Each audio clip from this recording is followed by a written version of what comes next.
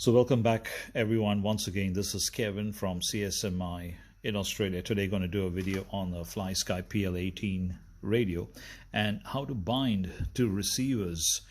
Now, I'm just going to scroll this and see because it's zoomed in. So that's receiver number 1 and that's receiver number 2. Now, while we are on receiver number 2, I'm going to show you a couple of things which is important. So you can see there's a bind button there. Of course, it's upside down, so you can see there's a bind button up here. You can see the pencil tip, and you can see there's a light flashing. So this light flashing is basically telling us that the receiver is not bound, and that's why it's flashing, right? So just note that and note where the bind button is, and we'll get back to that shortly. So let's go back into the screen over here. Now let's get this into focus. Now, this is what you call the home screen, and what information do we have? We have something called a test truck up here, and all it is basically it's a truck that we are going to test, and hence we have named it test truck. You got number 6, which is the channel number, and then you got the RX with the cross sign, which means there is no receiver, so there's nothing bound to it, and hence it's in yellow, and hence there's an exclamation mark, right? So let's go a little bit, get this into focus.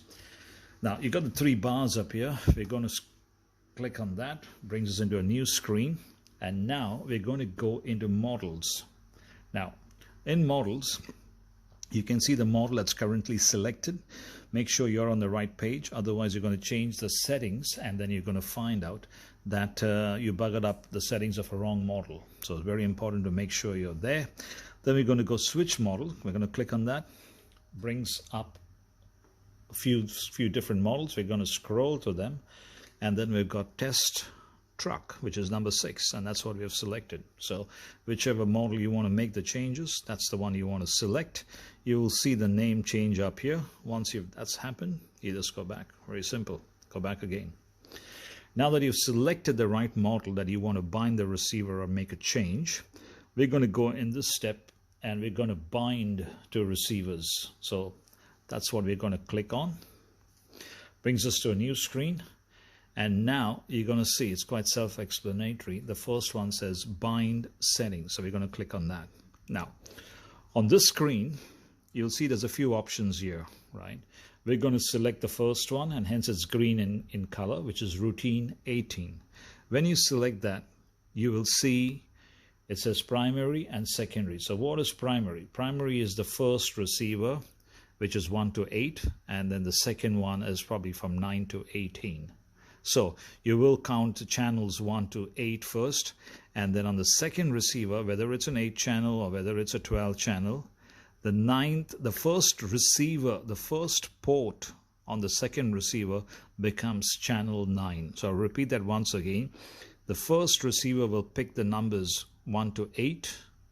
The 9th channel on the second receiver is the first channel physically on that receiver. Hope that makes sense, right? Okay.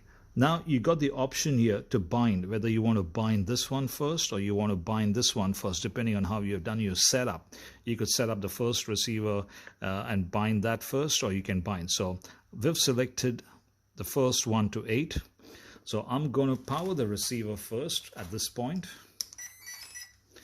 and then I'm going to hit bind, right? Now the light's going to flash on the receiver, and then, like I showed you earlier, it's going to have a quick flash, and then it's bound. Now let me just see if I can get this into focus again for you. And now, once again, you can see that this receiver is now solid, which means it is bound. Okay. Now, what I'm going to do is, sorry for the shake, I'm going to come back into this screen again. Okay, I'll bring it up here. Okay. Now I've selected the next receiver, 9 to 12 or 9 to 16 or 14 or whatever kind of receiver you have, and I'm going to hit that on bind. Say got it, and I'm going to go into my receiver, hold it down, and I'm going to release it. Now, you must have heard the beep there. Beep, beep, beep, pause, and a beep. That is to say it's a 3S battery, 3S speed controller. It's acknowledged everything, and it is now bound. So if we go back to this receiver, I don't know if you can see it, but if you see it carefully, okay, there it is. It's bound solid. Okay, so that is how you bind two receivers. I'm going to minimize this. I'm going to do a simple test because I've already programmed that for the hydraulics.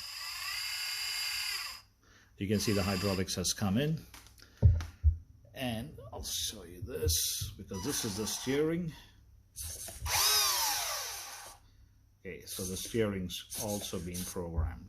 Okay, so this is how you program a PL18 if you have two receivers and you have all the functions and you want to increase the number of functions. That's how you're going to do it. So as always, if you have any question or comments, feel free to leave it below. We'll try to help you out. And the next video is we're going to go into the details of a bobcat and how it's programmed and some tips and tricks into it. So thank you for watching. Catch you on the next video. Once again, Kevin from CSMI in Australia.